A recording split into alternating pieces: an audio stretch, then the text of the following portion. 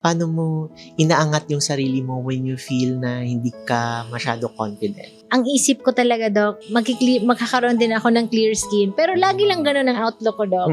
Magkakaroon ng clear skin. Pero wala naman. Kahit yung mga skincare na ginagamit ko, siguro hanggang hoping lang ako. Pero Right. hopeless lang naman talaga din.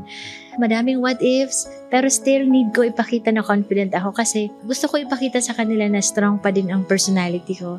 And kasi ako yung sandalan nila, Doc. Alright. Paano ako makaka-inspire kung ako mismo tiklop or mahina? So gusto ko, kahit sa sarili ko na lang, okay lang yon na sarili ko na lang ang iwan ko. Pero yung makatulong sa iba, Right. masaya na ako doon.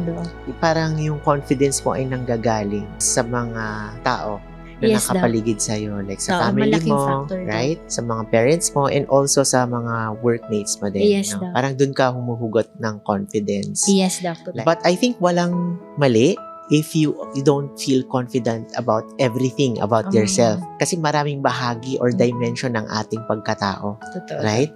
So may mga dimension tayo na physical, may dimension din tayo na pangloob. So may iba, confident sila sa pangloob nila, kagaya mo. Siguro may iba din na medyo hindi confident lang Opo. dahil sa mga iilang skin conditions Skin like condition. acne. So, hindi So I guess that's normal.